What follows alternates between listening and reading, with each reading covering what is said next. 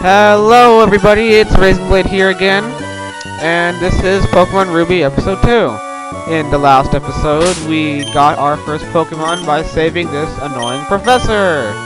In this episode, we'll do what he told us to do, and go meet his daughter, who is on Route 103. And so what we do is, instead of visiting our mom and telling her that we're going out on an adventure that might kill us, we head up here to Route 101. The Pokemon here available are such as like Zigzagoon, the HM slave of this generation. Hooray! It's our HM slave, but I don't have any Pokeballs to catch it with. Dang! Oh well, let's see. So I won't fight it because I don't need to fight it.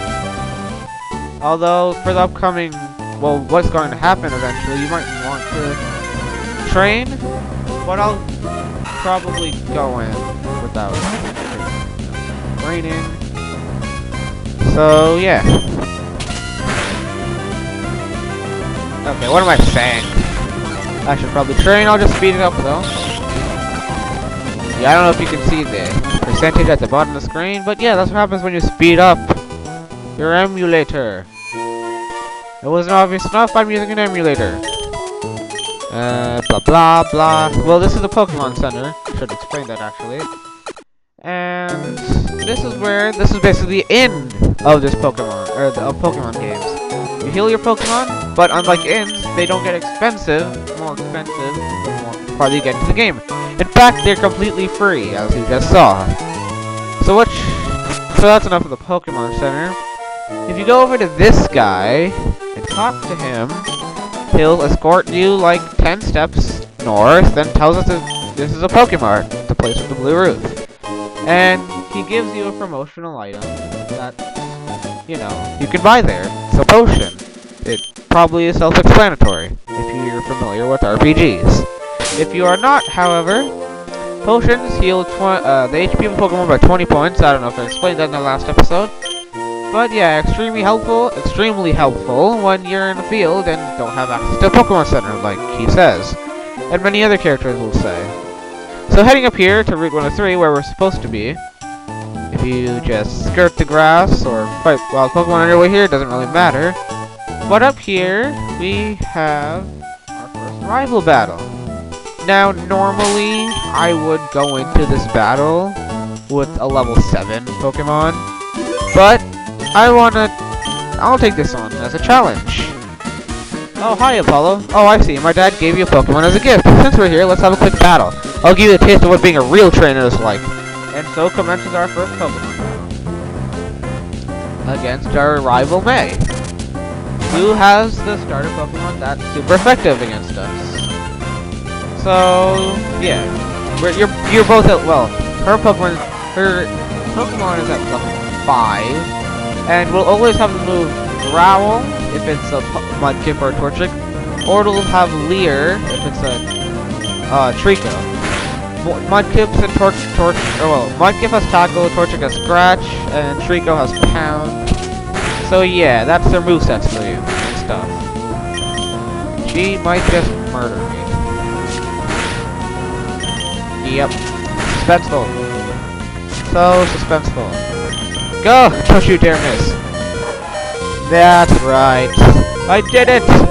And the experience was 69. Of course. Couldn't have a day without the number 69. If you know what I mean. So, hey, Apollo, you're pretty good. Yeah, of course I'm good. Better than you, anyways. And she just says some random stuff and tells us to head back to the lab. So we jump down these fence, ledge things. Okay, seriously, they look like fences, not at ledges. In generation like 4, 5, and 6, maybe they look like ledges.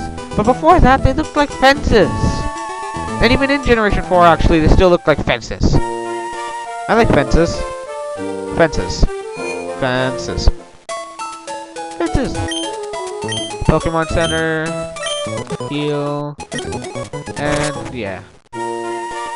So we'll go down, and do we get to have another rival battle? Do we get a peloton you again? Oh wait, never mind. I'm supposed to go home. I don't want to go home. My parents are abusive. They don't even care that I just went on a journey that could have killed me. Nope. Didn't care at all. Of course not. I don't know if that's a good thing or not. But hey. It's okay. It's okay. It's okay. Anyways. Professor Birch. Oh, hi, Apollo. I heard you beat May on your first try. That's excellent. May's been helping with my research for a long time. May has extensive history as a trainer already. Here, Apollo, I ordered this for my research, but I think you should have this Pokédex. Apollo received the Pokédex. Professor Birch, the Pokédex is a high-tech tool that automatically makes a record of any Pokémon that you meet or catch. My kid, May, goes everywhere with it. Whenever my kid catches a rare Pokémon and records its data in the Pokédex, why, May looks for me while I'm out doing fieldwork and shows me. May, oh wow, Apollo, you got a Pokédex too. That's great, just like me. I've got something for you too. Obtain the Pokeball. Yay, now you can catch Pokemon. It's fun if you get a lot of Pokemon. I'm going to look all over the place because I want different Pokemon. If I find any cute Pokemon, I'll catch them with my Pokeballs. I could have said catch them with my balls, but... So the Pokédex is how it's been in previous generations. Any Pokemon that you saw before getting this Pokédex will be logged. So I have Poochyena, Zigzagoon, and Wurmple, as well as my own Pokemon Trico and Torchic. If you click on a Pokemon, if you have a Pokemon that you have the data for, there will be a little Pokeball sign near its number, like you can see right here. And no, I don't mean its phone number. If you open it up, you'll get page, area, cries, and size. If you have them. If you don't have them though, you can still see their area. Trico and all the other stars, they don't have a known area. It's an excuse, so you have to trade to get the other starters. But hey, it doesn't matter. You can see the map of Hoenn like this before you even get your actual town map. If you go to its cry, you can hear it. I'll be quiet. That's its cry. And then you can see its size compared to you. Pretty dang small, don't you think? Yet, it's like 1 inch... Oh, that actually is pretty small. Anyways, its... Pokédex entry says, Trico has small hooks on the bottom of his feet that enable it to scale vertical walls. This Pokemon attacks by slamming foes with its thick tail. And yeah. I'll show you the area thing in action by going to Poochyena. Going to area. And where it's found, it will flash red. As you can see, it's found in not as many as, say, Magikarp. But, it's pretty common in those places.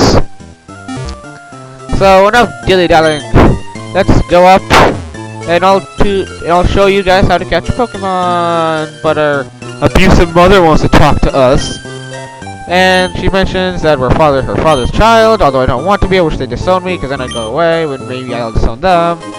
But the gist of what she says is we get the running shoes, which instead of walking all the time, we have these shoes that it's physically impossible to run without. And my father apparently will be overjoyed. So what? You can steal it from me and be even more mean? Here you go. But anyways, holding down B will allow you to run around and stuff. So going up to Route 101, let's catch a Pokemon.